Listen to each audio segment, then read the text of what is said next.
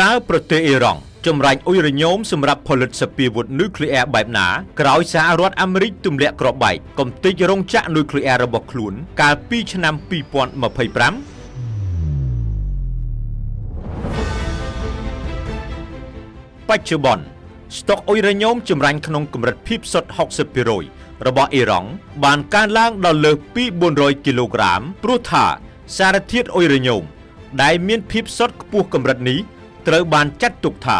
ស្ថិតនៅត្រឹមតែមួយជំហានទៀតប៉ុណ្ណោះគឺជំហានបច្ចេកទេសនិងឈានដល់ការចម្រាញ់ក្នុងកម្រិតភាពសុទ្ធ 90% ដែលជាកម្រិតត្រូវការចាំបាច់សម្រាប់ការផលិតសពាវុធមហាប្រល័យលោកនុយក្លេអ៊ែរនេះគឺជាសារធាតុអ៊ុយរ៉ាញ៉ូមដែលអ៊ីរ៉ង់ប្រមូលបានដោយប្រើឧបករណ៍ខួងទាញយកក្បាលខួងឡើងលើតាមរុនមេដើម្បីពង្រីករនុឲ្យធំបន្ទាប់មកកំទេចរ៉ា